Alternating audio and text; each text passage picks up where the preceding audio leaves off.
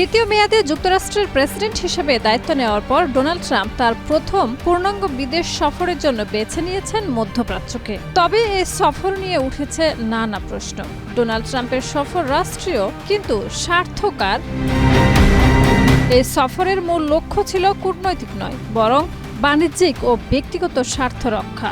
Saudi আরব, কাতার ও সংযুক্ত আরব আমিরাতে তাকে দেওয়া হয় রাজকীয় অভ্যর্থনা। আর এসব দেশগুলোর সঙ্গে হয় অস্ত্র, বিমান, প্রযুক্তি ও কৃত্রিম বুদ্ধিমত্তা নিয়ে বড় চুক্তি। ঘোষিত হয় $1 ট্রিলিয়ন বিনিয়োগ পরিকল্পনাও।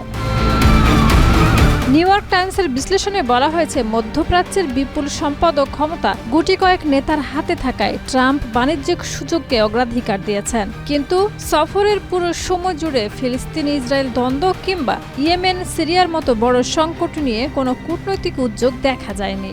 যেখানে আগের মার্কিন প্রেসিডেন্টরা শান্তি প্রতিষ্ঠায় ভূমিকা রেখেছিলেন, সেখানে ট্রাম্পের সফর ছিল একেবারেই ভিন্ন।